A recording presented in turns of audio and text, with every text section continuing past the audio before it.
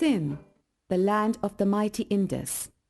If Egypt is the gift of the river Nile, then Sindh is the gift of another great river, the Indus.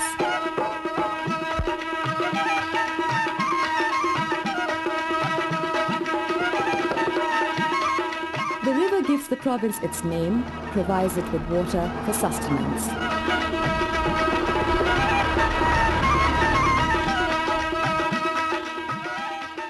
This fruitful soil was formed as the river brought its load from the northern mountains. Silt was deposited in these plains for hundreds of centuries. In the other provinces, many rivers join the Indus, but in Sindh, it has no rival. It was here on its banks that one of the earliest civilizations began, making Sindh the center of the long history of humankind. The region has thus played a part in its story of human development at every crossroads in time. The modern age dawned here in the 19th century, and with it came its blessings and its curses.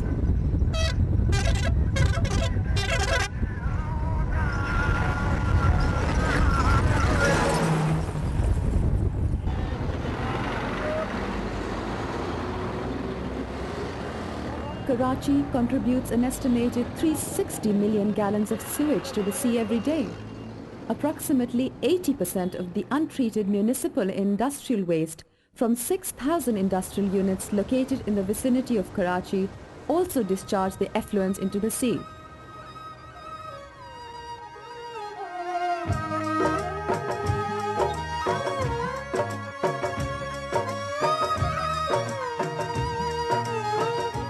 Increasing population is a major problem everywhere in Pakistan, and with over 30 million people, Sindh is no exception. It has the highest rate of urbanization, and in fact Karachi, Sakkar and Hyderabad contain 73% of all urban population of Sindh. The unplanned increase in human population has put a burden on the natural resources, which are already diminishing in the face of droughts, lower rainfalls and other climatic changes, as well as an overall scarcity of water in the Indus River. Today, the coastal region of Sindh and the delta of the Indus are home to over 1 million people.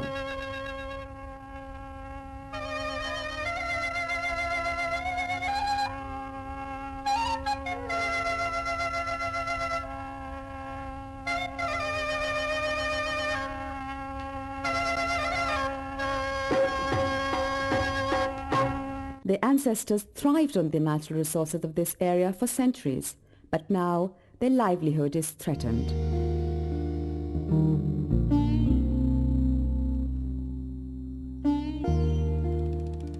These mangroves provide roosting, feeding and breeding grounds for migratory birds that use the Indus flyway en route to the warm south.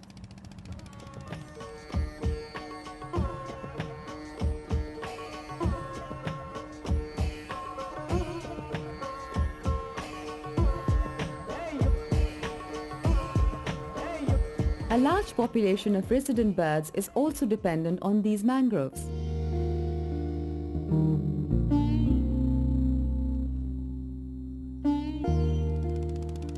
These forests are also nurseries for a variety of fish and shrimp.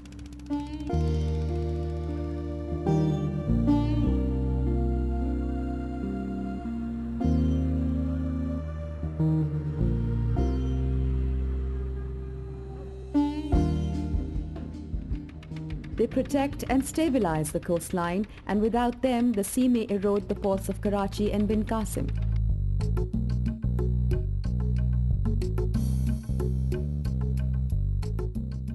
The mangroves are diminishing. Untreated sewage and chemical waste from Karachi, overgrazing by the local population, and decrease in freshwater flows below the Kotri barrage all have contributed to this loss. At one time, Pakistan's fish exports were its fourth largest source of foreign exchange. This is not the case anymore. The riverbed down the Kotri barrage lies empty 10 months a year, its water diverted upstream for consumption purposes. As a result, the seawater flows in to occupy the vacant riverbed up to 53 kilometers.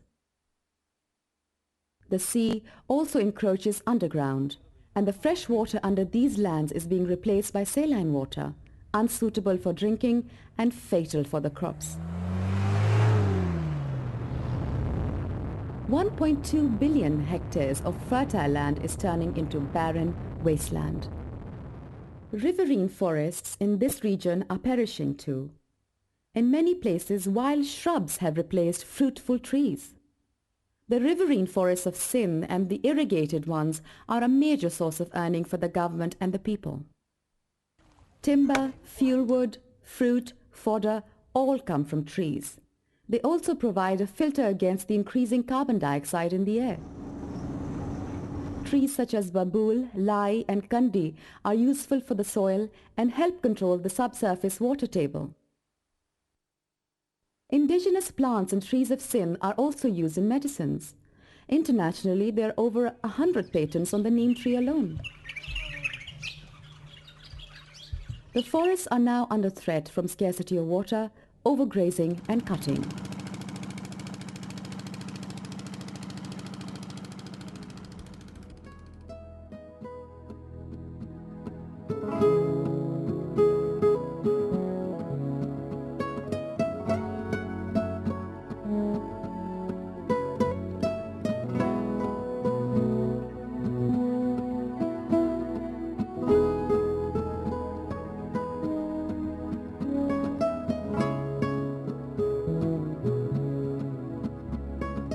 Pakistan has 16 wetlands protected by the Ramsar Convention. 6 of these are in Sindh. They lie on the Indus Flyway. Migratory birds use them to rest, nest and breed during winter. Haliji, a resort for people and a sanctuary for wildlife, is now being destroyed.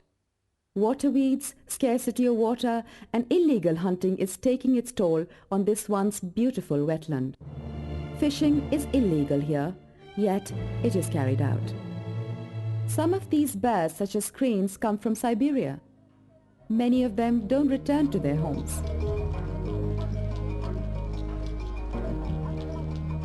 The houbara is an endangered species, and its hunting or poaching is illegal. It nevertheless is not the only bird that is hunted illegally.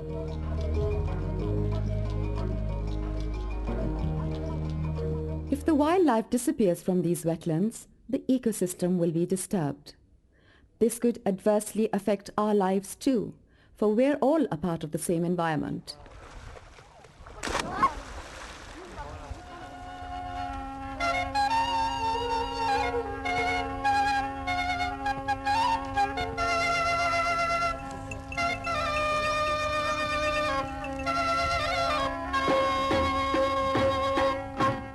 These Mohannas have relied for centuries on the natural resources of Manchar Lake, the biggest natural freshwater lake in Asia. Manchar is dying, and with it, so are the villages of the Mohannas. Agriculture, fisheries, people all show signs of suffering. The Mohannas were famous for catching the palla by using an ingenious method of their own, and for their vibrant lifestyle. Now, the area of their home has decreased due to scarcity of water, and their lives have become less colorful. Palla, the indigenous fish of Sindh, used to swim against the river current from the coastal areas right up to Multan. Today, it is not found above the Kotri barrage anymore.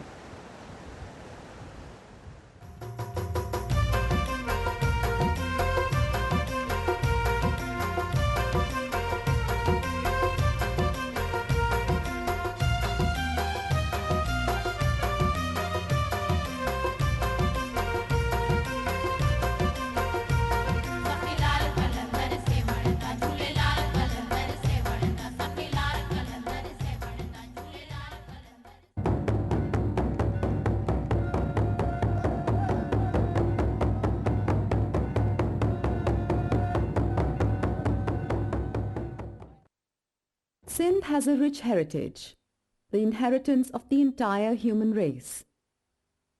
It has a treasure of archaeological remains. Prehistoric sites, Stone Age remnants, and sites belonging to the Indus Valley civilization have been discovered. The remains of the ancient capital of Sindh at Alore and the mosque of Muhammad bin Qasim, the beautiful tombs and gravestones at Makli, one of the largest necropolises in the world, and these beautiful sandstone monuments at Chowkhandi are all evidences of its rich culture. The forts of Sindh, many of them still intact, tell stories of the past. The fort of Ranikot, one of the largest in the world, is surrounded with mystery. Nobody knows for sure who built it and why abandoned it without trace. Yet the fort is very much there to impress every visitor with its untold grandeur. Many more of such sites remain buried with their secrets, waiting to be found. Many of these are unprotected. Some have disappeared due to neglect.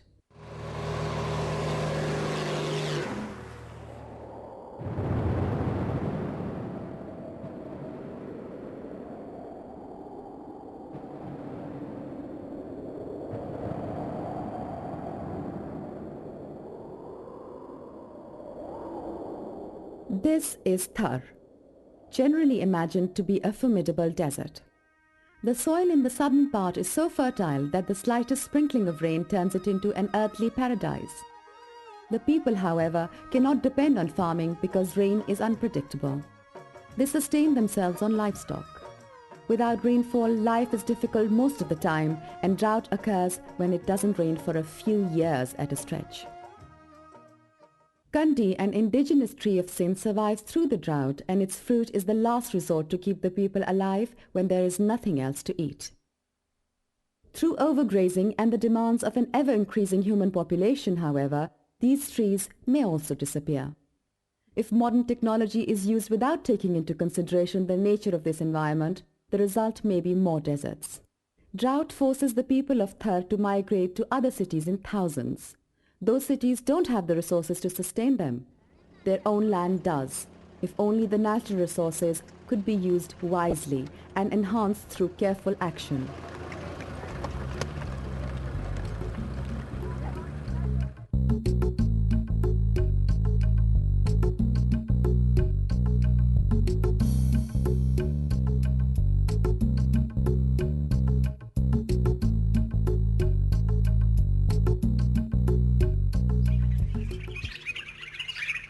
The Kohistan area on the western side of the province is a treasure land for those in search of mysteries of nature and our common human heritage.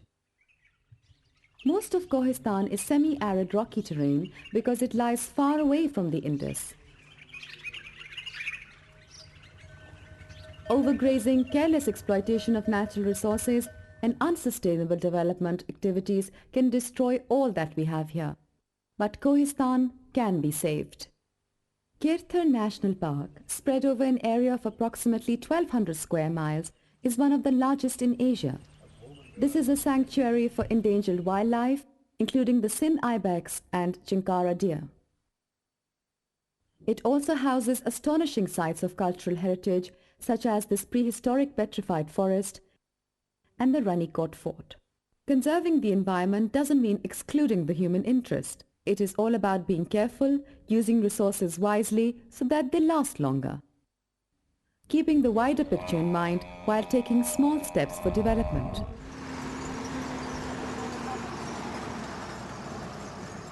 Environmental impact assessment is one such mechanism that can help.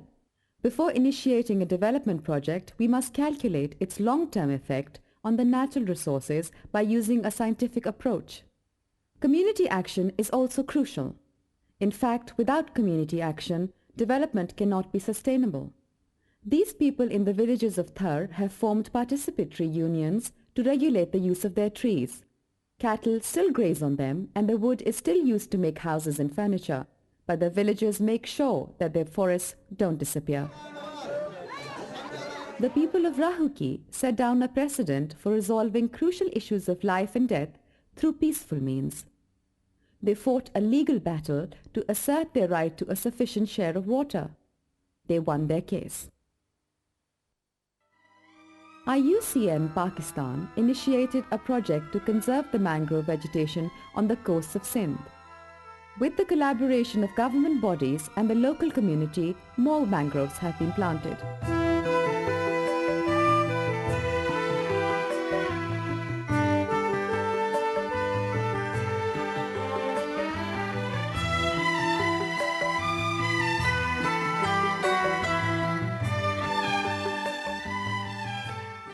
The blind dolphin of Indus River is a rare species. Possibly it lived in the Great Tethys Sea millions of years ago and was trapped here when the sea receded.